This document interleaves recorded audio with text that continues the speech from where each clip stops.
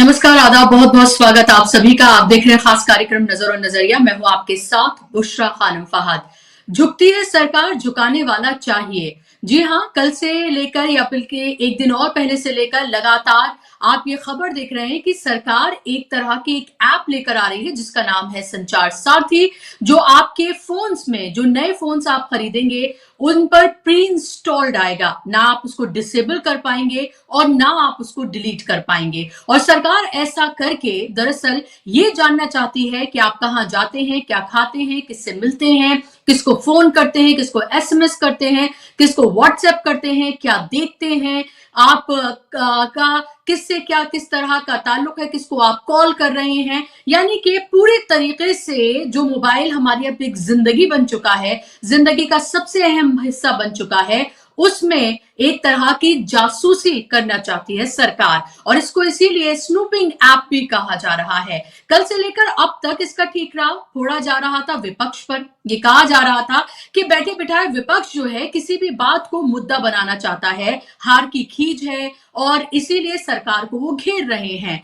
हमने कल देखा ज्योतिरादित्य सिंधिया टेलीकॉम मिनिस्टर जो है, उन्होंने आके कहा कि नहीं, इस ऐप को आप डिलीट भी कर पाएंगे, इस ऐप को आप डिसेबल भी कर पाएंगे, आप चाहे तो इसे रखें और आप चाहें तो इसे ना रखें।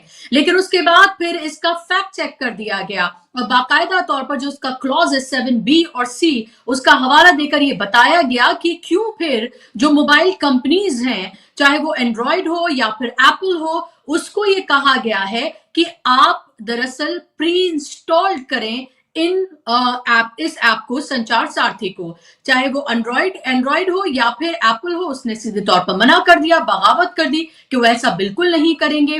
विपक्ष ने आवाज उठाई और इसके साथ साथ खुद बीजेपी के समर्थकों तक ने इसको लेकर आवाज उठाई और एक तरह का स्ट्रॉम आ गया सोशल मीडिया पर। और लोग ये सवाल पूछने लगे कि हम लोकतंत्र बचे भी हैं या फिर नहीं। क्योंकि इससे पहले मैं आपको ये बताऊं कि रशिया, सऊदी अरब और ईरान जैसे, चाइना, नॉर्थ कोरिया जैसे जो कंट्रीज हैं, उन्होंने इस तरह की एप्स जो हैं वो लॉन्च की हैं। और हम एक लोकतांत्रिक कंट्री हैं, तो सवाल पूछा जाने लगा कि क्या सिर्फ ये एक दिखावे का लोकतंत्र रह गया है। लगातार इसको लेकर संसद के अंदर, संसद के बाहर भी शोर शराबा हुआ और हंगामा हुआ और ये सरकार आखिरकार घुटनों पर आई, झुक गई और इसने अब ये कहने पर मजबूर हो गई कि ये जो ऐप है अब ये प्री इंस्टॉल्ड नहीं होगी आपके और हमारे मोबाइल फोन्स में। यानी कि सरकार झुक गई है। सरकार जैसे किसान बिल जो है उस पर झुकी थी। इसके अलावा भी आपने देखा कि बहुत सारे ऐसे इश्यूज रहे हैं जब खुलकर जनता ने और विपक्ष ने इन मुद्दों को उठाया तो सरकार को झुकना पड़ा है। ये है लोकतंत्र में जनता की ताकत, ये है लोकतंत्र में विपक्ष की ताकत, जिसको कल से लेकर अब तक एक तरह से इसको डिफेंड करते हुए नजर आ रहे थे। पूरी ताकत बीजेपी ने लगा दी थी। आज दोपहर होते होते तक इस पर घुटनों पर सरकार आ गई और उसे अपने फैसले को आखिरकार वापस लेना पड़ा। ऐसा लग रहा था कि जैसे हवा का रुख वो चेक कर रही थी कि लेट्स जस्ट चेक कि क्या इसको लेकर जनता क्या कहती है। और जब इस तरह का बैकलैश हुआ तो जाहिर सी बात है कि सरकार को अपना फैसला वापस लेना पड़ा। आप सबके मोबाइल में आज सुबह सुबह एक मैसेज भी आया होगा। वो मैसेज अलग अलग तरीके से सबके मोबाइल फोन में आ रहा है, जहां ये मैसेज में लिखा गया है कि आपका जो हैंडसेट है वो जेन्युइन है या फिर नहीं। इसको लेकर आपके पास मैसेज आया और नीचे लिंक दिया जा रहा है इस संचार सारथी ऐप का। तो आप सोचिए कि सरकार को ये जानने में क्यों इंटरेस्ट है कि आपका मोबाइल जेन्युइन है या फिर नहीं, और इसका क्या मतलब हो सकता है। तो आप सोचिए कि कैसे हमारी आपकी जिंदगियों को पूरे तरीके से ये सरकार कंट्रोल करना चाहती है, बिल्कुल वैसे ही जैसे उसने तमाम जो इंडिपेंडेंट संस्था हैं उनको और चुनाव आयोग को, सबको जैसे उसने कंट्रोल कर रखा है, अपनी कठपुतली बना रखा है और जैसे जिस तरह से वो चाहती है उसका इस्तेमाल करके उसे अपने हाथों से नचाती हुई वो नजर आती है। बिल्कुल उसी तरीके से वो करती हुई नजर आ रही है। दूसरा जो आज का बड़ा मुद्दा है, आपको पता ही है कि दिसंबर का महीना शुरू हो गया है। 6 दिसंबर 1992 शायद ही कोई भूल पाएगा, क्योंकि 6 दिसंबर 1992 का वो दिन था जब बाबरी मस्जिद को ढाया गया था और उसके बाद से पूरे देश की जो सियासत है वो हमेशा के लिए बदल गई। आज 3 दिसंबर है आज सरदार पटेल की 150वीं जयंती है और आपको पता ही है कि कैसे अयोध्या के नाम पर, बाबरी मस्जिद और राम मंदिर के नाम पर बीजेपी अपनी सांप्रदायिक ध्रुवीकरण की जो सियासत है उसको करती रही है, पालती पोसती रही है, परवान चढ़ाती रही है और अभी भी वही करती हुई नजर आ रही है। राजनाथ सिंह, जिन्हें अमूमन ये माना जाता है कि वो इस तरह के बयान नहीं देते हैं, वो आज गुजरात में थे और उन्होंने जिस तरह से हर चीज के लिए नेहरू को जिम्मेदार ठहराया जाता है और तथ्यों से दूर दूर तक उसका कोई वास्ता नहीं होता, गलत तरीके से व्हाट्सएप यूनिवर्सिटी से ज्ञान वर्धन करके ये जो ज्ञान है इतिहास का वो आप तक सब तक पहुंचाया जाता है सुबह शाम। बिल्कुल वैसी ही बात राजनाथ सिंह करते हुए नजर आए। राजनाथ सिंह का कहना है कि जवाहरलाल नेहरू जो है वो ये चाहते थे कि बाबरी मस्जिद जो टैक्स पेयर का पैसा है उस पर बनाई जाए और इसका तगड़ा विरोध जो है वो सरदार पटेल ने किया था। सरदार पटेल का जिक्र करते हुए उन्होंने कहा कि जो सोमनाथ मंदिर है वो जब बनाया गया तो उसमें टैक्स पेयर का पैसा नहीं बल्कि लोगों ने जो दान दिया था पैसा उस पर वो मंदिर जो है वो बनाया गया। और वो शायद ये बताना भूल गए कि जो बाबरी मस्जिद है वो 1528 ईस्वी में बनी थी और 1800 यानी कि 1889 में पैदा हुए थे जवाहरलाल नेहरू।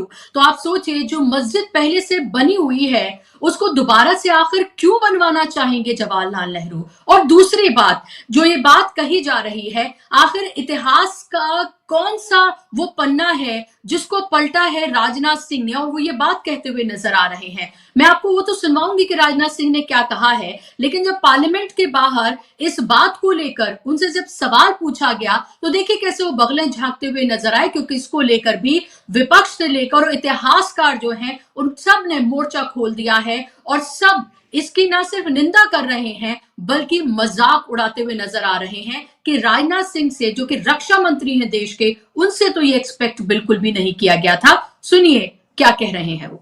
लेकर के आपके बयान पर बड़ा विवाद गिर रहा है, जाहिर कर रहा है ये ऐसा नहीं था, फैक्ट चाहिए, किस आधार पे ये बयान दिया गया। सर वो आपने जो बयान दिया था बाबरी मस्जिद वाला उस पर विपक्ष कह रहा है, विपक्ष कह रही है कोई आधार नहीं है, कोई डॉक्यूमेंट्री एविडेंस नहीं है। तो आपने देख लिया कि अगर वाकई में उनके पास तथ्य होते तो उसको कोट करते हुए नजर आते कि देखिए ये बात है, मैंने यहां पढ़ी है, इस इतिहास के पन्ने मैंने पलटे थे, इस किताब को या इस जगह पर मैंने पढ़ा था, ये तथ्य हैं, ये क्या किस कौन सी जगह पर ये पेपर जो है रखे हुए हैं, सबकी बात करते हुए नजर आते हैं। लेकिन जाहिर सी बात है क्योंकि दिसंबर का महीना है, आने वाले वक्त में चुनाव भी है, बंगाल का सांप्रदायिक ध्रुवीकरण किए बगैर बीजेपी किसी भी तरह की सियासत नहीं कर सकती है, तो जाहिर सी बात है वो ये सब कुछ करते हुए ही नजर आएंगे। और पार्लियामेंट के अंदर और पार्लियामेंट के बाहर पूरी तरीके से सरकार जो है वो घिरी हुई है। वो सरकार जो लगातार अब ये कहती हुई नजर आ रही थी कि हम एसआईआर को लेकर किसी भी तरीके से कोई चर्चा नहीं होने देंगे, और अब आप ये देखिए कि आखिरकार उसे झुकना पड़ा है विपक्ष के आगे और 9 तारीख को एसआईआर पर चर्चा होगी पार्लियामेंट के अंदर। हालांकि नाम बदलने की माहिर जो सरकार है, मोदी सरकार या नरेंद्र मोदी और तमाम लोग, उन्होंने उसका नाम भी चुनाव सुधार दे दिया है, यानी कि एसआईआर अपनी जबान से नहीं निकालेंगे, एसआईआर पर बहस होगी लेकिन चुनाव सुधार का नाम इसको दे दिया गया है। तो आप समझिए कि कैसे पूरी तरीके से बैकफुट पर है ये सरकार, और दिखाया ये जा रहा है कि विपक्ष जो है वो हताशा निराशा से पूरी तरीके से ग्रस्त है, क्योंकि अभी वो बिहार का चुनाव हारे हैं। चलिए इसी पर हम चर्चा करेंगे, इसी पर बात करेंगे। मेरे साथ बात करने के लिए 2 खास मेहमान जुड़ गए हैं। स्क्रीन पर आप मेहमानों को ले आइए ताकि चर्चा का आगाज किया जाए। मेरे साथ ओंकारेश्वर पांडे जी को आप देख सकते हैं, सीनियर जर्नलिस्ट हैं, जाना माना चेहरा है। ओंकारेश्वर जी, बहुत बहुत स्वागत आपका कार्यक्रम में। मेरे साथ सीनियर जर्नलिस्ट और जाना माना चेहरा उत्कर्ष सिन्हा जी भी जुड़ गए हैं। उत्कर्ष जी, आपका भी बहुत स्वागत कार्यक्रम में। शुरुआत ओंकारेश्वर जी मैं आपसे करूं, फिर मैं उत्कर्ष जी आपके पास आ रही हूं। सबसे पहले बात संचार सारथी ऐप की कर लेते हैं। ओंकारेश्वर जी, आपको याद होगा कि आपसे शायद मेरी चर्चा हो रही थी, तब हम इसकी बात कर रहे थे, और अब आप ये देखिए कि आज का दिन है, जिस चीज को डिफेंड करते हुए नजर आ रहे थे उस पर घुटनों पर आ गए हैं। यानी कि सरकार झुकती है अगर जनता वाकई में उठकर खड़ी हो जाए और अपना विरोध उस तरह से जताए। बैकलैश मिला सोशल मीडिया पर पूरी तरीके से, और विपक्ष ने भी जिस तरह से इसको उठाया तो आखिरकार घुटनों पे आना पड़ा सरकार को, और अब कह रहे हैं कि प्री इंस्टॉल नहीं होगा। यानी कि ये क्या हम ये माने कि ये अभी के लिए है, या it is going to be permanent? सरकार को आइडिया कौन दे रहा है मुझे समझ नहीं आ रहा। तरह तरह के ऐसे आइडियाज दे रहे हैं लोग जिससे जनता में रोज नाराजगी बढ़ जाए, खूब नाराजगी बढ़ जाए, और उससे सरकार को कोई फायदा हो ऐसा नजर नहीं आता मुझे।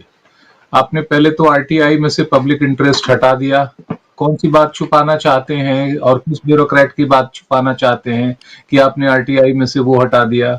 आप फिर कहते हो कि ये जो रिटायर्ड लोग हैं वो सोशल मीडिया पे ना बोलें, पता नहीं आपकी कौन सी ऐसी बात बोल देंगे। आपने उसके लिए जो है एक गुड सिटीजन वाला एक्ट लागू कर दिया। अब ये संचार साथी आप ऐप लागू कर रहे हैं, ये आप ही को बैकफायर करेगा। मैं बता रहा हूं, आज की दुनिया में जो मेजर टेक्नोलॉजी है वो हमारे पास नहीं है। फेसबुक हो, ट्विटर हो, लिंक्डइन हो, चाहे इंस्टा हो, या जितने भी ऐसे हो, या व्हाट्सएप हो, या और भी जितनी चीजें हैं, वो सरकार ने तो हाल में ही अपना ईमेल जो है वो एनआईसी से हटा के जोहो मेल पे कर लिया। क्या है भाई, आपको अपने एनआईसी पे भरोसा नहीं है कि वो सुरक्षित रहेगा? तो जोहो मेल पे आपने क्यों किया? और जोहो मेल पे आपको लगता है कि आपकी सुरक्षा है क्योंकि वो पर्टिकुलर कॉर्पोरेट आपके साथ होगा, और कल को वो अगर कुछ और कर ले तो संचार साथी को, मान लीजिए संचार साथी को आज के किसी एआई एक्सपर्ट ने हैक कर लिया और उसमें डाटा करोड़ों लोगों का, भारतीयों का तो होगा भी, सारे सांसदों और मंत्रियों जी का भी होगा, और वो हैक करके किसी ने लीक कर दिया किसी एप्स्टीन फाइल की तरह, तब क्या होगा? सरकार बिना सोचे समझे ये जो है ना, ये संचार साथी नहीं सरकार साथी बनाना चाहती है। अच्छा, उससे आपको लाभ क्या हो जाएगा? वैसे भी आप जिसकी रिकॉर्डिंग कराना चाहते हो करा ही लेते हैं, सारे तंत्र आपके पास मौजूद हैं। लेकिन ये जनतंत्र में जनता को इस तरह से दुखी करने वाले तमाम चीजें लाके आप सुखी कहां हो जाएंगे? कहां से सुखी होंगे? ये this is very bad idea जिसने भी सरकार को दिया है। वो बैकफुट पे आने की बात सरकार की नहीं है। सरकार के साथ ये है कि वो क्या लोग के लिए, जनता के लिए, पब्लिक वेलफेयर के लिए कोई वो कदम उठा रहे हैं, पब्लिक सेफ्टी सिक्योरिटी के। एक तरफ आप कहते हैं कि हमारी निजता का उल्लंघन हो जाएगा अगर हमारा कोई सर्टिफिकेट मांग ले, कोई डिग्री मांग ले, कोई वो हाईकोर्ट में यही कहकर नहीं दिखाया था ना। तो इसमें निजता का हनन नहीं होगा जब जब करोड़ों लोग अपने बेडरूम की बातें करेंगे। तो वे प्राइवेट चैट्स होते क्या है? और इसको डाटा सिक्योरिटी एक्ट में आपने खुद निजता का वो दिया है कि नहीं, डाटा के तहत निजता का जो है वो मान रखा जाएगा।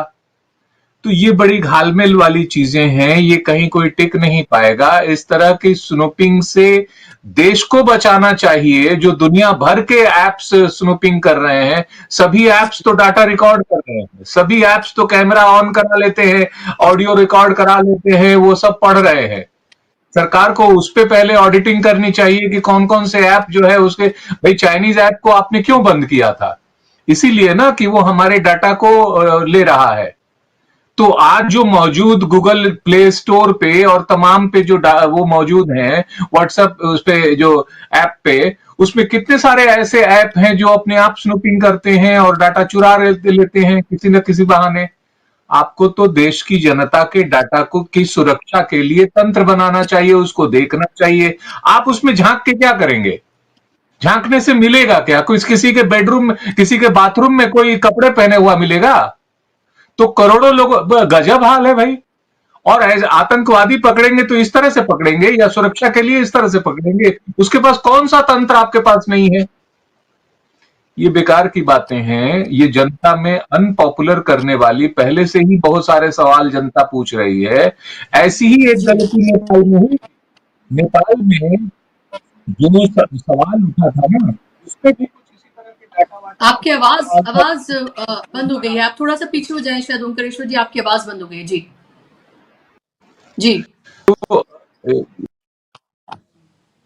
डाटा वाटा को लेके और कुछ जो है वो करने की बातें हुई थी, ये सब मुझे नहीं लगता कि ये कोई सोची समझी, कोई डिस्कस की हुई कोई ऐसी चीज है जिसको आप विश्वास के साथ जनता, जनता को आपसे उम्मीद होती है कि कुछ आप ला के देंगे, पर आप ला के देने की बजाय हर हर दिन कोई ना कोई एक नया ताला ले आते हैं खरीद के। ये इतना सारा अलीगढ़ का ताला खरीद खरीद के सब आपने क्यों रख रखा है, समझ नहीं आता है। कितना ताला जी बिल्कुल। लगाएंगे?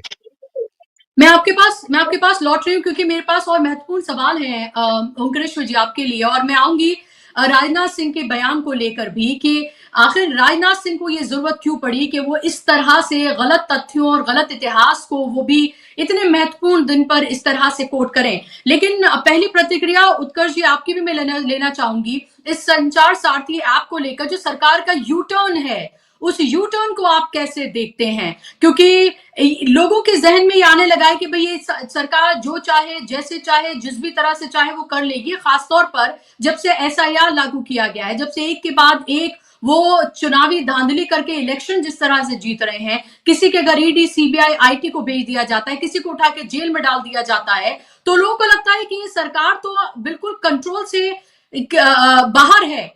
लेकिन किसान आंदोलन से लेकर और अब ये जो चीजें हम ये देख रहे हैं, ये तो साफ तौर पर है कि अगर जनता सवाल उठाती है और उनको लगता है कि इतना बड़े पैमाने पर बैकलैश हो रहा है, तो वो अपने फैसलों से फिर हटती भी है। ये कहा जा सकता है कम से कम जो आज ये फैसला वापस लिया है कि प्री इंस्टॉल नहीं होगा। अनम्यूट कर लें जी, उत्कर्ष जी अनम्यूट कर लें, आपकी आवाज नहीं आ रही है। हाँ, निश्चित तौर पर मैं कह रहा हूं कि बैकफुट पे है सरकार और सरेंडर एक तरीके से किया है उसने। लेकिन है क्या कि आप देखिए, आज से नहीं, नोटबंदी के वक्त से देखिए, एक जो मनमाना करने का रवैया है इस सरकार का। जिस तरह से डिमोनेटाइजेशन हुआ, कोई रूल फॉलो नहीं हुए, कोई प्रोसीजर फॉलो नहीं हुआ। मतलब भारत का प्रधानमंत्री मुस्कुराते हुए कहे कि मैं अब आधे घंटे बाद ये सब वो हो जाएगा, तो रिजर्व बैंक का गवर्नर क्या कर रहा है, वो प्रोसीजर क्या रहा है, फाइनेंस मिनिस्टर कह रहा है मुझे तो पता ही नहीं था, आई एम सरप्राइज्ड। तो मनोबल बढ़ गया। और उसके बाद बैक टू बैक ये अभी ओंकारेश्वर जी जिक्र कर रहे थे जिन एक्ट्स का, जिन बिल का, उसको कैसे उसको भोथरा किया, कैसे मनमाने तरीके से उसको खत्म किया। तो और दूसरे हर सवाल का एक जवाब है कि सरकार से जनता अगर नाराज होती तो चुनाव कैसे जीतते। अब चुनाव जीतना और पब्लिक वेलफेयर बात करना, ये दो बिल्कुल जुदा मसला है, जो अब वो सवाल नहीं है। देखिए, हम लोग ग्राउंड रिपोर्ट करते हैं, घूमते हैं, सड़कों पे घूमते हैं, गांव में घूमते हैं, हमें जो फील मिलता है और जो रिजल्ट मिलता है, हम खुद ही चकित रह जाते हैं। तो अब एक बात ऐसी हो गई। लेकिन हाँ, ये जरूर है, जिस तरह से किसान आंदोलन का जिक्र आप कर रही हैं और उसके बाद आज ये बिल्कुल मकसद, इसमें कोई कंफ्यूजन नहीं है कि मकसद इसका क्या था। मकसद वही था जो हम सब समझ रहे हैं, जिसका जिक्र हो रहा है। लेकिन इन्होंने पहले क्या प्ली लिया? पहले लिया कि साहब साइबर फ्रॉड और ये और वो और इन सारी चीजों से बचाएंगे और ऐसे करेंगे। उसके बाद इन्होंने जो आज मैसेज आया है मोबाइल फोन में, वो फोन की जेन्युइनिटी चेक करने के लिए। वे जेन्युइनिटी क्या है? अगर मैं किसी स्टोर से खरीद रहा हूं, वहां से मुझे गारंटी मिल रही है, गारंटी कार्ड मिल रहा है और वारंटी उसकी मिल रही है, हम सिम ले रहे हैं, उसका EMI नंबर है, जब चाहिए आप जहां चाहिए। आप ही क्यों गूगल हमें ट्रैक करता रहता है भाई, महीने बाद वो बता देता है कि आप किस दिन कहां गए थे, अगर आपका लोकेशन आने तो। डेटा चोरी, डेटा मार्केटिंग एक अलग कहानी है। लेकिन हमें याद रखना चाहिए आरोग्य सेतु ऐप का उदाहरण। आरोग्य सेतु ऐप तरह से आया था, जिस तरह से उसको कंपलसरी किया गया, बिना उसके ना जहाज में चढ़ सकते, ना सफर में जा सकते, ना ट्रेन में जा सकते हैं, कोई कहीं आपका पकड़ के चेक कर सकता है कि उस पे आप हैं कि नहीं है। निकला क्या? सरकार से पूछा गया बाद में कि आरोग्य सेतु ऐप के डेटा कहां? बोले वो तो हमारा ऐप नहीं था, डिसओन कर गए। अब वो डेटा हमारा कहां है, इसकी जिम्मेदारी सरकार नहीं ले रही। प्रमोट सरकार कर रही थी, मैंडेटरी सरकार ने किया, और अब नहीं बताने के लिए तैयार है। ये जो बहुत इंटरेस्टिंग बात है, एनआईसी से हटा के जोहो पे जाना, ये मैं कहता हूं कि थ्रेट टू नेशनल सिक्योरिटी है। हमारे जितने कॉन्फिडेंशियल सरकार के मेल हैं, चाहे वो किसी मिनिस्ट्री का हो, इंटरनल जो कम्युनिकेशन होता है, ये किसी थर्ड पार्टी के हाथ में किस गारंटी पे दे रहे हैं भाई आप? और हमसे कह रहे हैं कि मोबाइल फोन आपका जेन्युइन है कि नहीं?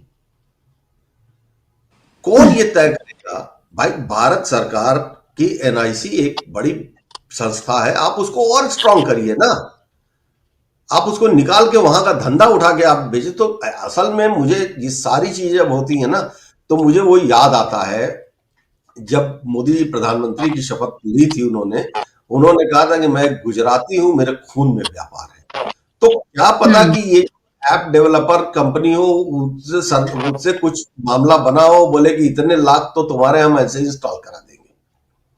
बाकी स्पाइन, अब ये जो मैं तो कह रहा हूं सबको डरना चाहिए, इवन मजाक में भी डरना चाहिए। जो मैसेज आया है, अगर इसको क्लिक कर लिया, क्योंकि हमने देखा कि एक क्लिक, और उत्कर्ष जी, ये भी हमें देखना चाहिए कि आप पढ़े लिखे हैं, आपने वो मैसेज पढ़ लिया और आपने उसे क्लिक नहीं किया।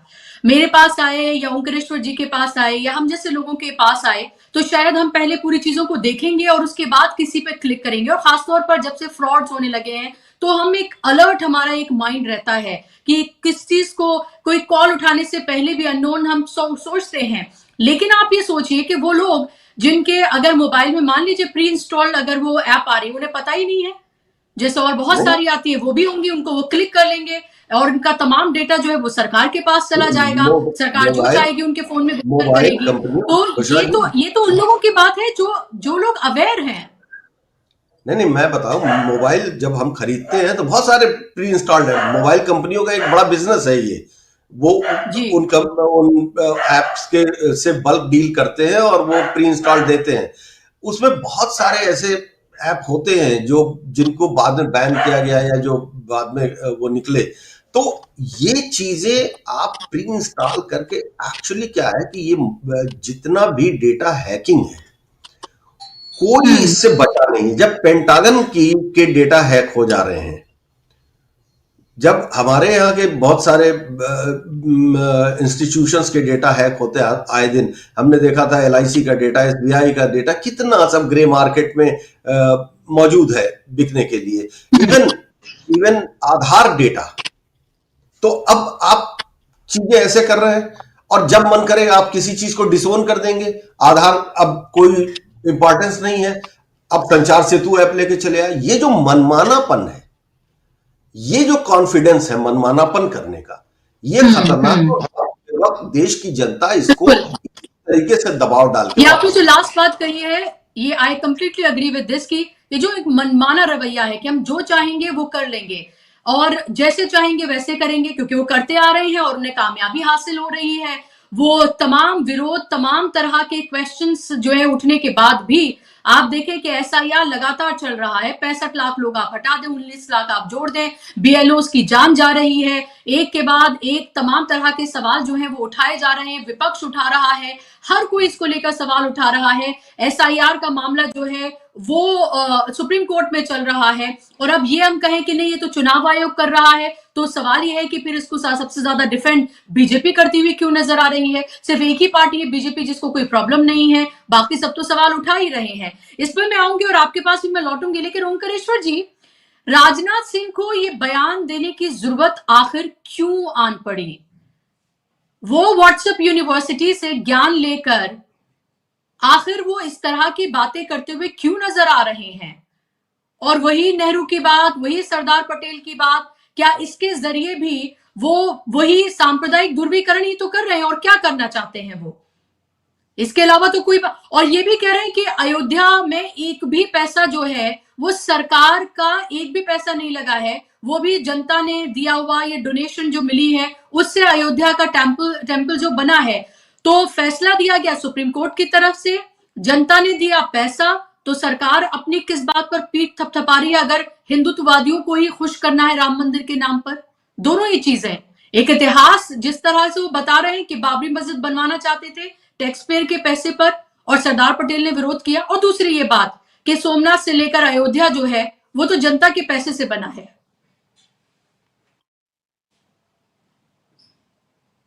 अनम्यूट कर लें जी। पहले मुझे लगता था कि भारतीय जनता पार्टी को बुद्धिजीवियों से बैर है, अब मुझे लगता है बुद्धि से भी बैर है, क्योंकि बुद्धि वाली चीज कोई बात हो नहीं पा रही है और वो सिर्फ अपने पांव पे कुल्हाड़ी मारते हैं। वो रोज पटेल को याद दिलाते हैं कि पटेल को पढ़िए कि उन्होंने आरएसएस को क्यों बैन किया था। पटेल के ये स्टेटमेंट तो मिलेंगे नहीं, या नेहरू के कि कौन सा पैसा कहां कब सरकार दे रही थी 75-76 साल पहले, और जब बाबरी मस्जिद आई थी तो नेहरू उस समय पैदा हुए थे कि नहीं हुए थे, उस समय तो बन गई थी। पता नहीं गजब गजब बातें कर रहे हैं ये लोग, कुछ समझ में आ भी रहा है कि कह क्या रहे हैं। आरएसएस को निशाना बनाना है तो सीधा निशाना बनाइए, और पटेल के बहाने बार बार पटेल को याद दिलाते हैं तो देश को याद आ जाता है कि बैन किसने किया था और क्या कहा था उन्होंने।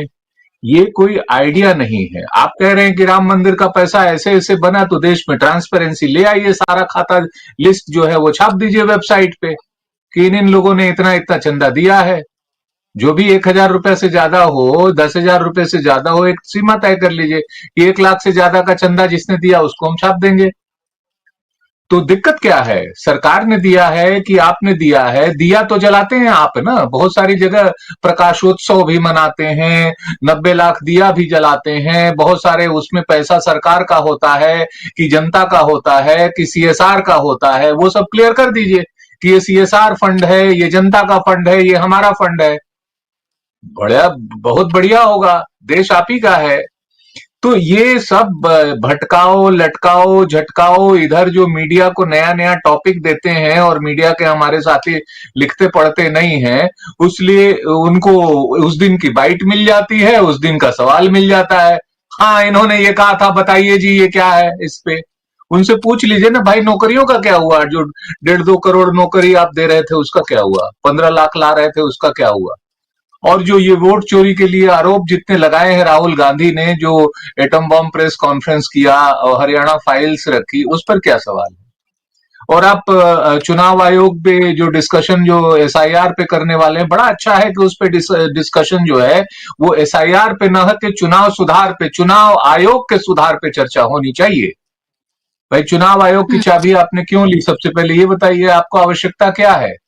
कल राहुल गांधी उसी चाबी पे बैठे होंगे और आपका सारा ताला बंद कर देंगे तो वो ठीक रहेगा? या कोई थर्ड पार्टी बैठेगा, मान लीजिए कोई सनातन काल तक तो नहीं रहता ना, अनंत काल तक। भाई, नेहरू थे तो इंदिरा भी थी और अटल भी थे, मनमोहन भी थे, सब आए और सब चले गए, सबका एक और दौर होता है। तो आप जिस तख्त पे बैठे हैं उस पे तो कोई और भी बैठा था पहले, आगे भी कोई और बैठेगा। ये इस तरह के काम जो है ये सेल्फ इन्फ्लिक्टिंग, अपने को खुद ही घायल करने वाले मेजर्स जो हैं वो हैं। ऐसी कौन सी बात छुपानी है, ऐसा कौन सा प्रोटेक्शन देना है कि चुनाव आयोग को आपने अदालतों से भी इम्यूनिटी दिला दी? ऐसी क्या बात है? ऐसा क्या है उनके पास? एसआईआर पे जो सवाल बिहार में उठे हैं उसका जवाब तो अभी आ नहीं रहा। मैं तो खुद देख चुका हूं कि मेरा नाम 3-3 जगह है। कैसे है भाई? आजम खान को आपने 2 पैन कार्ड रखने के कारण जो 7 साल की सजा सुना दी, उनको भेज दिया। एपिक कार्ड के 2 नंबर तो हजारों लोगों के पास हैं और वो रिलीज किया है उन्होंने, राहुल गांधी ने रिलीज किया, उन्होंने रिलीज किया एच फाइल्स में और तमाम जगह पे। तो कोई ब्राजीलियन भी आके और हमारे चुनाव में शामिल हो जाती है। तो ये क्या है? ये सब नई नई बातें और डिटेंशन सेंटर बनाने की बातें भी हो रही हैं। बड़ा अच्छा है भाई। अब पहले तो ऐसे ही घूम रहे थे, अब उनके लिए सरकारी पैसा भी आप खर्च करना चाहते हैं। डिटेंशन सेंटर में खाना भी खिलाएंगे आप उनको। और क्या ये डिटेंशन सेंटर वर्ल्ड बैंक, ये United nation human rights commission के आदेश पे बन रहा है, या आप अपने से ये नई शुरुआत उनको एक वो देने के, शेल्टर देने के लिए कह रहे हैं? डिटेंशन का क्या मतलब होता है? रेलवे स्टेशन पे लोग वेट करते हैं और चले जाते हैं, डिटेंशन सेंटर में तो वेट भी करते रह जाएंगे। असम के एनआरसी के डिटेंशन सेंटर से कितने लोगों को बांग्लादेश भेजा गया? मतलब सरकार के एक्सचेकर पे हमारे टैक्स से अब आप रोहिंग्याओं को खिलाएंगे भी, आप बांग्लादेशियों को ढूंढ ढूंढ के या उनको पकड़ पकड़ के गरीबों को किसी को भी कहेंगे कि तुम डिटेंशन सेंटर में रखो, तुम्हारा खाना पीना हम फ्री देंगे। ये क्या है? ये जी। क्या क्या विषय है? क्या किस विषय पे बात कर रहे हैं आप? हम्म। चुनाव सुधार जरूरी है क्योंकि मतदान हमारा अधिकार है। भाई हम अपना बैंक संभालते हैं ना, हम अपने पेटीएम को संभालते हैं ना, हमें मालूम है कितना पैसा निकालते हैं, कितना डालते हैं। अब बैंक को चिंता नहीं करनी होती है ना, हमें उस जरूरत पड़ती है तो हम उसकी रिपोर्ट भी निकाल लेते हैं। आधार कार्ड के उसमें इम्प्रूवमेंट के लिए भी अगर कोई गलती थी तो आपने देश को छोड़ दिया ना, कि भैया ऑनलाइन जाइए, सुधार लीजिए, पर्टिकुलर अपना सर्टिफिकेट लगाइए और उसमें हो जाएगा। तो ये जो है, ये मेरा अधिकार है, ये वोटर कार्ड जो है ये जनता को छोड़ दीजिए। हम ऑनलाइन अपने आप जाके अपने वोटर लिस्ट में देखेंगे।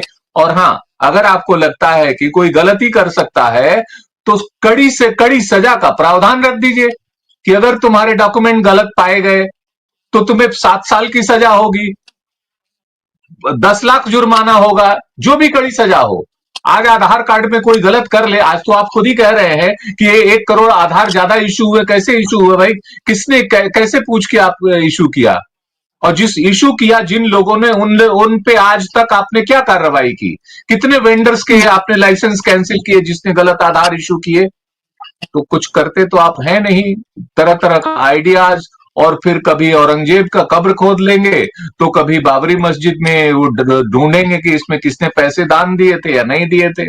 अगर आपको पसंद हो तो आप राम मंदिर में भी दीजिए, उसमें भी बाबरी में भी दीजिए, और जो सिखों का चर्च का उन सब में दीजिए, या स्टेट को इससे अलग कर दीजिए, कह दीजिए कि स्टेट से कोई लेना देना नहीं है, या शामिल हो जाइए। कहीं तो आप खड़े रहेंगे ना।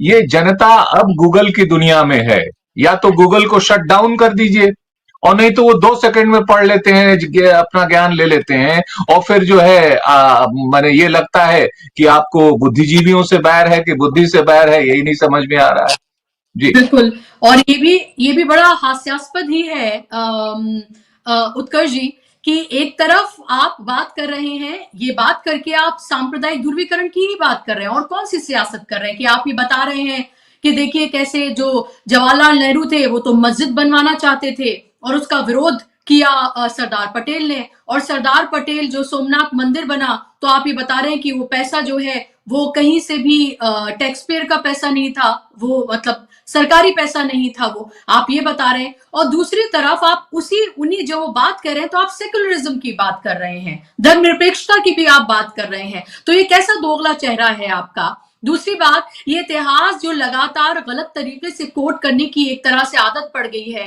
वही एक तरह से इसमें भी एक तरह की मनमानी लगती है कि हमारी जब मर्जी आएगी, हम जैसे चाहेंगे उठकर जो चाहेंगे कह देंगे, व्हाट्सएप पर सब जगह पहुंच जाएगा, हमारा मकसद हल हो जाएगा, और फिर उसके बाद कोई क्लैरिफिकेशन भी इसका नहीं दिया जाता है। तो ये सवाल तो ये उठ ही रहा है कि आखिर इस देश में जहां बेरोजगारी, महंगाई चरम पर है, जहां पर लोग जो हैं वो 80 करोड़ से ज्यादा लोग 5 किलो राशन पर हैं, ये सरकार सिर्फ धर्म के नाम पर बांटकर सियासत करके यही करना चाहती है। वो अभी दिसंबर है तो आप बाबरी का मुद्दा लेकर आगे, क्योंकि आने वाले वक्त में बंगाल में भी इलेक्शन है, और ज्यादा ज्यादा आप लगातार इसको जलाते रहना चाहते हैं ताकि आपको उसका फायदा मिले। अच्छा बशरा जी, ये बताइए कि सांप्रदायिकता फैलाने के अलावा इनका कोई दूसरा एजेंडा आज नहीं, सिंस एस्टेब्लिशमेंट ऑफ आरएसएस, दूसरा कोई है? बिल्कुल तो सही बात है। इस बारे में मैं बिल्कुल कंफ्यूजन में नहीं हूं कि ये इस चीज को छोड़ेंगे, ये उस लाइन पे रहेंगे, रह के रहेंगे। दूसरी बात, इन्होंने देश के मिजाज को बहुत अच्छे से समझा है, और तीसरी बात कि जो एक खाया पिया उच्च मध्य वर्ग है उसको बहुत अच्छे से समझा है। इतिहास के बारे में गलत बयानियां करना ये लगातार करते हैं, और इनको मालूम है कि जो लोग भी पढ़ते हैं या समझते हैं वो लोग इस चीज को नहीं मानेंगे, लेकिन बहुत सारे लोग जो सिर्फ व्हाट्सएप या टेलीविजन चैनल से अपना ज्ञान ले रहे हैं, उनमें से एक हिस्सा तो मान लेगा। तो ये एक वायरस है, ये आप इसको समझिए, ये जो इंफॉर्मेशन, मिस इन्फॉर्मेशन जो है, दिस इज अ वायरस जो आपके दिमाग को कहीं ना कहीं घर बना लेता है। क्योंकि किसको गरज है, हर आदमी बहुत व्यस्त है। आप बात करिए तो लोग कहेंगे नहीं नहीं मैं तो बहुत यार दिन भर टाइम नहीं मिलता, तुम जरा ढूंढ के बता दो कि ये कहां नहीं था। अब बर्डन ऑफ ट्रूथ फिर हमारे पे है ना। तो दिस इज स्ट्रेटजी। बहुत सारे इस तरह के, जैसे कम्युनिकेशन, हम सब लोग समाज में रहते हैं, हम सब लोग अपनी अपने दोस्तों की दुनिया है, अपने रिश्तेदारों की दुनिया है। आप बात करके कभी देखिए, आपको ऐसी चीज आएगी जब आप कहिएगा अरे यार ये कहीं नहीं है, तो बोले अच्छा तुम ही कहोगे तो नहीं है, बहुत पढ़े लिखे हो। ये एक एक एक स्थिति पैदा हुई है। इस स्थिति को पैदा करने के लिए पूरा तंत्र काम करता है। आरएसएस पहले ये काम जमीन पे करता था, टेक्नोलॉजी आने के बाद 1000x टाइम बेहतर। और अनायास थोड़ी है कि आईटी टेक्नोलॉजी के ऊपर कितना पैसा खर्च करती है भारतीय जनता पार्टी। आप देखिए सबसे ज्यादा जो पेमेंट करती है गूगल को, मेटा को या एक्स को, वो सबसे ज्यादा अगर पॉलिटिकल पार्टियों में देखें तो भारतीय जनता पार्टी कर रही है। बाकायदा यूनिट्स हैं जो व्हाट्सएप मैसेजेस चलाते, बहुत ऑर्गेनाइज सेक्टर क्रिएट हो गया, खड़ा हो गया है। तो अब राजनाथ सिंह ने जो कहा और ओंकारेश्वर भाई जो बात कह रहे थे कि विद्वान और विद्वता की बात, मुझे तो लगता है जिस तरह से नाम बदल रहे हैं ना, जब शहरों के, कस्बों के, जगहों के, अब तो बिल्डिंगों के, अब ये आएंगे दूसरे स्थिति पे, और मूर्खता का नाम बुद्धि और बुद्धि का नाम मूर्खता रखेंगे। तो नाम बदलने का क्रम यहां तक चलेगा। सरदार पटेल को हमेशा नेहरू जी के बरक्स खड़ा करते रहना अनायास नहीं है, क्योंकि ठीक है कई मामलों में सरदार पटेल की छवि दूसरी है, लेकिन सरदार पटेल का टाइम स्पैन था कितना इंडिपेंडेंट इंडिया में। लेकिन हर चीज पटेल पे, नेहरू को जहां काटना है तो आपको जैसे खड़ा करना पड़ता है ना, अगर आपको कंपेयर करना है तो आपको खड़ा करना पड़ेगा। अब अपने पास तो कोई है नहीं। आज सुबह बहुत मजेदार बात हुई, हमारे घर में बैठ के कुछ दोस्त चाय पी रहे थे, तो फिर ये हुआ कि ये पटेल की बात क्यों करते हैं, और अब राजेंद्र प्रसाद जी का स्टैचू लगा रहे हैं। हमने कहा भाई इनके पास कोई है नहीं, ये उधार के सिंदूर पे अपना सुहाग बनाते हैं। तो आपके पास कोई रिकॉर्ड है नहीं, कोई ऐसा ऑथेंटिक है नहीं, आप बोल के आगे बढ़ जा रहे हैं, और कुछ लोग उसको ले लेंगे, दिमाग में रख लेंगे, वही लोग आपके टारगेट हैं। क्योंकि वो फिर बैठेंगे दोस्तों के बीच में, शादियों के बीच में, और अपने पद, अपने कद, अपने उसका फायदा उठाते हुए उसको स्टेब्लिश करेंगे, तो चार और लोग सुनेंगे। जो जो ह्यूमर जी है, नॉम चोम्स्की को बहुत अच्छा डिजाइन दिया उन्होंने, कैसे ये ट्रेवल करती है। राजनाथ सिंह भी एक पार्ट है, एक स्वयंसेवक है, स्वयंसेवक संघ के घोषित स्वयंसेवक है। सो वो इस ड्यूटी से बरी कैसे है। हम उम्मीद करते हैं कि राजनाथ सिंह को बतौर रक्षा मंत्री इस बात के ऊपर स्पष्टीकरण देना चाहिए कि make in India in defence में 6 सालों में 3.5 लाख करोड़ के जो प्रोजेक्ट्स थे वो अभी तक एग्जीक्यूट नहीं हो पाए ग्राउंड पे। क्यों? हमारे डिफेंस फोर्सेस को क्यों कमी है? हमारे जनरल्स बार बार कह दे रहे हैं, इशारों में कह दे रहे हैं कि हम तैयार नहीं हैं। आप वो काम नहीं करेंगे क्योंकि वहां पे आपको जवाब देना है। सवाल उठा देना, खंडहर में एक घास था, घास के पीछे एक ईंटा था, अब जाके ढूंढो। तो ये हरकतें जो हैं, ये गंभीर राजनीति तो कतई नहीं है, लेकिन हाँ लोग उलझते हैं। लोगों को उलझाने की बहुत ये अच्छी रणनीति इनके पास है।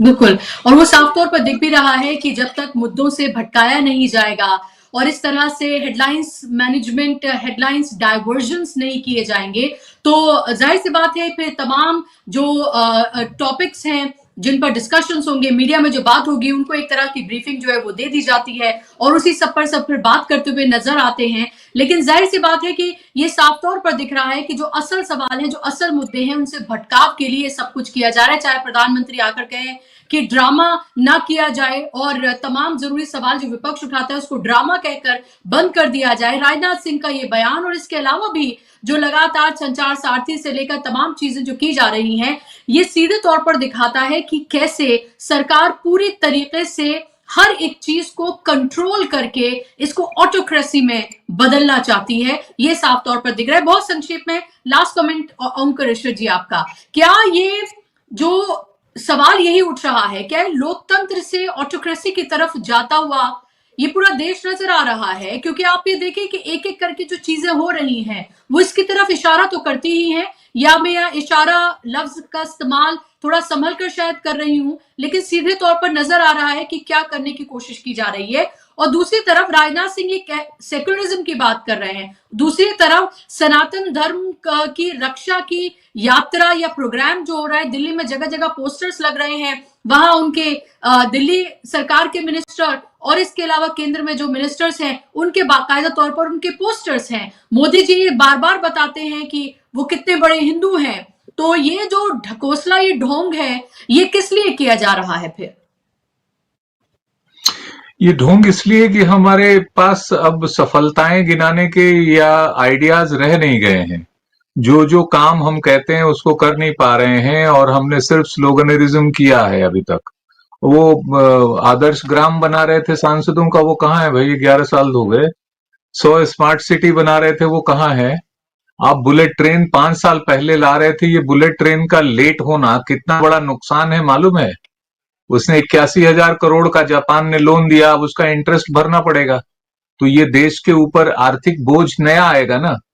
आप शुरुआती दौर में 100 परियोजनाओं के एकदम मॉनिटरिंग की बात कर रहे थे, वो परियोजनाएं कहाँ हैं और कहाँ चल रही हैं? बिहार में तो हमने देख लिया। तो जो आपके आर्थिक मुद्दे हैं उस पे आप कहीं ना कहीं डिरेल होते जा रहे हैं, खुद आपने उसका नुकसान किया है और अब आप उसको समान रुपया 90 के स्तर पे आके गिरा है। आप तो कहते थे रुपया गिरता है तो मान गिरता है देश का, तो अब मान बढ़ गया क्या उससे? इसी तरह के और तमाम विषय हैं। तो इस विषय पे जवाब नहीं बन पा रहा है तो कुछ का कुछ उठाइए, लेकिन ये जान लीजिए कि इस देश में जो धर्म है ना वो सभी के दिलों में है। सबसे ज्यादा वेस्ट बंगाल जो वामपंथ के शासन में रहा है वो दुर्गा पूजा सबसे ज्यादा वही मनाता था, आज भी मनाता है। अगर तृणमूल कांग्रेस आ गई तो नहीं मनाएगा? मनाएगा। कल को आपकी सरकार आएगी तो आप पहली बार करो उसका राष्ट्रीय प्रसारण गोदी मीडिया से करेंगे और कहेंगे देखिए कलकत्ता में हम दुर्गा पूजा मना रहे हैं। गजब बात है। आज जाइए, आज ही मन रहा है वहां पे। तो जो कुछ इससे हो क्या रहा है, इससे पढ़ क्या रहे हैं? आपके जेएनयू के वाइस चांसलर बैठ के वहां से ज्ञान देते हैं कि रामानुजम पर लेख पढ़िए। रामानुजम बहुत बढ़िया है भाई, हमारे सारे के सारे जितने भी हमारे प्राचीन ग्रंथ हैं और वो हैं वो पढ़ें। लेकिन क्या हम आर्टिफिशियल इंटेलिजेंस पे, नैनो टेक्नोलॉजी पे, डाटा साइंस पे, एनवायरमेंट पे हम कोई प्रोडक्टिव यूनिवर्सिटी, कोई और चीज बना पा रहे हैं जिसको लेके दुनिया आगे बढ़ रही है, जिसके लिए हम डिपेंडेंट हैं दूसरे पे? अपना एक फेसबुक तक तो बना नहीं पाए हैं। एक गूगल बनाना तो बहुत बड़ी बात हो जाएगी। एक कुछ बना लीजिए, अपना कुछ अपना करके दिखाइए कि आप चाहते हैं कि लोग, भाई भारत विश्व गुरु पहले था, आप नहीं बना रहे हैं। हमारे वैदिक ज्ञान पहले से थे, लेकिन हमारे गणित के ज्ञान को वर्ल्ड बैंक, IMF, UNDP सब खारिज कर रहे हैं। वो कह रहे हैं कि आपका डाटा C ग्रेड का है। अरे गजब, हमारा डाटा C ग्रेड का है, भारत का डाटा C ग्रेड का है। जिसने दुनिया को शून्य दिया, हमने दशमलव दिया, बीजगणित सिखाया, तमाम चीजें की। मैथमेटिक्स में कितना योगदान भारत का है। हमारे हनुमान चालीसा में तो यहां से सूर्य की दूरी भी नापी गई है। तो ज्ञान पहले था, अब इसको ज्ञान को घालमेल करके आप इसको बेकार कर रहे हैं। विश्व गुरु बनाने के लिए जो है ना सर्टेन पैमाने होते हैं। आपके देश में कितना पेटेंट हो रहा है, आपके देश में टेक्नोलॉजिकल एडवांसमेंट कितना है, आप बाकी सारी चीजों में कितने आगे, कॉपीराइट्स में आप वर्ल्ड में कितने हैं, आप उससे आगे बढ़ेंगे। दुनिया के तमाम मुल्कों में, हर मुल्क में अपने अपने धर्म हैं, अपने अपने तरीके हैं, और सब अपने अपने सर्व विश्व गुरु हैं। कोई क्लेम तो करता नहीं, हम अपना डंका खुदे पीटे जा रहे हैं और खुद ही अपने आप को वो किए जा रहे हैं। ये सब बेकार की बातें हैं, लोग समझ रहे हैं, आम आदमी भी आजकल समझने लगा है। एक यूट्यूबर भी इस पे मजाक उड़ा रहा है और वो देख रहा है, और फिर आपको समझ में नहीं आ रहा है, आपको लगता है कि शायद इसी पे वोट मिल जाएगा। वोट के लिए तो मशीन आपने ले ही ली है, पार्लियामेंट में उस पर चर्चा करिए कि इस वोट की मशीन को जनता के हाथ में वापस कैसे दी जाए। अपोजिशन नहीं, आप ऑल पार्टी का उस पे ऐसा वो रखिए जैसे पहले था। भाई मनमोहन सिंह हारे थे, उसी चुनाव आयोग से हारे थे ना। अटल जी जीते थे, उसी चुनाव आयोग से जीते थे ना। तब तो ना अटल जी के कंट्रोल में था, ना नरसिंह राव के, ना मनमोहन सिंह के। फिर आपने उसको कंट्रोल, इनमें से किसी ने उसको अदालत के ऊपर भी नहीं रखा था, आपने क्यों रख दिया है उसको? मैंने कोई कन्विंसिंग बात होनी चाहिए ना। लोकतंत्र में लोक के तंत्र को मजबूत कर रहे हैं कि लोक के तंत्र को आप कमजोर कर रहे हैं। आप कह दीजिए कि नहीं लोकतंत्र खत्म। वैसे भी जो ग्लोबल एजेंसियां हैं वो ये कह रही हैं कि भारत ऑटोक्रेसी की तरफ हो चला है, तो हमें उसका सर्टिफिकेट थोड़ी देना है। दुनिया देख रही है। अमेरिका से आप बात करने जाएंगे तो वो ह्यूमन राइट्स पे, मीडिया फ्रीडम पे वो सवाल खड़े कर लेता है। तो हम खुद ही मीडिया फ्रीडम और जो ह्यूमन राइट्स है उसको जो है ठीक नहीं कर पा रहे हैं। उन तमाम पैरामीटर्स पर हम कहां खड़े हैं ये बताने की जरूरत नहीं है, और ये लगातार हम बिल्कुल निचले पायदान पर है, ये साफ तौर पर दिख रहा है। बहुत संक्षेप में 30 सेकंड में उत्कर्ष जी, कि जो 9 तारीख को चुनाव सुधार पर जो बहस के लिए मानी है सरकार, क्या आप उससे कोई उम्मीद लगा रहे हैं, या फिर आपको लग रहा है कि अगर प्रधानमंत्री आ जाए और अगर विपक्ष ये मांग करे कि नहीं प्रधानमंत्री को आके इस पर जवाब देना चाहिए, तो मुझे लगता है कि वही हार की हताशा, ये सब उसमें खींच उतार रहे हैं, कांग्रेस का मजाक, राहुल गांधी का मजाक, ये सब करते हुए नजर आएंगे।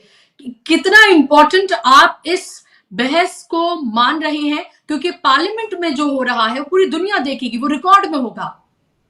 देखिए, एक तो बात यह है कि सबसे बड़ी बात है कि बहस होने के लिए तैयार तो हो गए, वरना जो रवैया है वो तो पहले खारिज करने का है।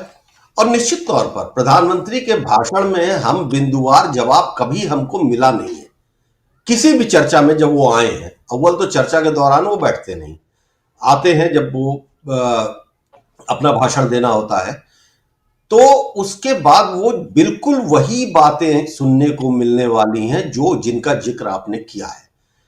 तथ्य के साथ, फैक्ट के साथ, डेटा के साथ कोई बात किसी, क्योंकि सवाल क्या उठेंगे ये भी हमें पता है। सवाल वही उठेंगे जो राहुल गांधी उठा रहे हैं या जो दूसरे उत्तर प्रदेश में अखिलेश यादव उठा रहे हैं। वो भी प्रश्न है अपनी जगह पे और वो उठेंगे ही, दर्ज तो होंगे। तो एटलीस्ट बस इतना ही होने वाला है कि हमको संसद की कार्यवाही के भीतर इसको सुनने का मौका मिलेगा। और एक दिक्कत बस इनके साथ ये हो गई है कि चाह के भी नेता प्रतिपक्ष के भाषण का वक्त जो है सीमित नहीं कर सकते हैं। तो इसलिए हमें लगता है कि एक बढ़िया इंफॉर्मेशन कम से कम टेबल होगी, और इससे ज्यादा की उम्मीद मुझे है नहीं। जी बिल्कुल, जाहिर सी बात है, देखना होगा, इंटरेस्टिंग होगा वो दिन। लेकिन उससे पहले वो कह रहे हैं कि पहले वंदे मातरम जो है उस पर बहस होगी और फिर उसके बाद इस पर चर्चा कराई जाएगी। तो इसमें भी कहीं ना कहीं एक पॉलिटिकल माइलेज लेने की पूरी कोशिश है, क्योंकि आने वाले वक्त में बंगाल का चुनाव भी है, ये हमें बिल्कुल नहीं भूलना चाहिए। बहुत शुक्रिया ओंकारेश्वर जी आपका, उत्कर्ष जी आपका, कार्यक्रम का हिस्सा बनने के लिए, समय देने के लिए धन्यवाद। शुक्रिया आप तमाम दर्शकों का भी इस कार्यक्रम का हिस्सा बनने के लिए। नमस्कार।